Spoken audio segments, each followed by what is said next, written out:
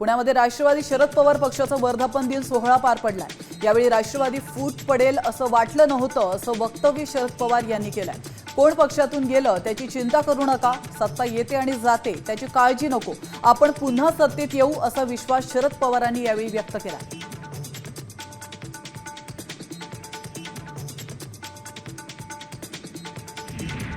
पुण्यातील एफसी रोडवर कथित लेडी डॉन हिना शेख ची दहशत पाहायला मिळाली आहे। या महिलेने रस्त्यावर व्यवसाय करणाऱ्या एका अल्पवयीन मुलाला केवळ हप्ता न दिल्याने मारहाण केली आहे। याचा व्हिडिओ आता मोठ्या प्रमाणात व्हायरल होतोय।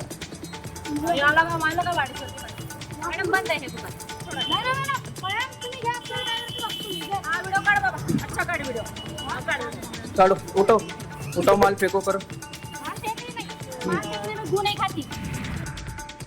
पुण्यातील दौंड नगरपालिकेविरोधात मनसे आक्रमक झाली आहे। चक्क गटाराच्या पाण्यामध्ये बसून मनसेनं आंदोलन केलंय। स्मशानभूमीकडे जाणाऱ्या रस्त्यावर गटारीचं पाणी आलंय। नगरपालिकेच्या दुर्लक्षामुळे घाण पाणी थेट रस्त्यावरून ओसंडून वाहत आहे। मनसेचे जिल्हा पदाधिकारी सचिन कुलथेनी या घाण पाण्यातच बसून आंदोलन केलंय।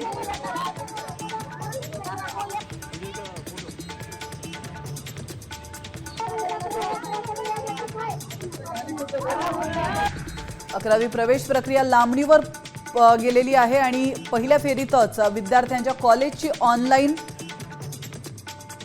अलाइनमेंट आता 26 जूनला प्रसिद्ध होणार आहे। अलाइनमेंट यादीमध्ये नाव प्रसिद्ध होणाऱ्या विद्यार्थ्यांना 27 जून ते 3 जुलै या कालावधीमध्ये प्रवेश घेता येणार आहे।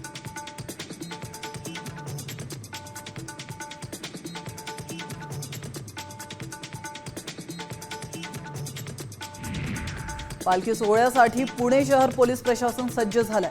पोलीस आयुक्त अमितेश कुमार यांच्याकडून पालखी मार्गाची पाहणी करण्यात आली आहे। संत ज्ञानेश्वर माऊली महाराज आणि संत तुकाराम महाराजांची पालखी 2 दिवस पुण्यामध्ये मुक्कामी असणार आहे। दरम्यान कायदा आणि सुव्यवस्था अबाधित राखण्यासाठी पुणे पोलीस सज्ज आहे।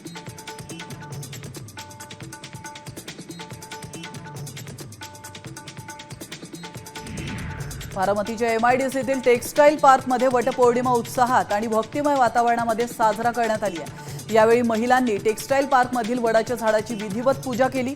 उपस्थित महिलांना वडाची झाडे भेट देण्यात आली आहे।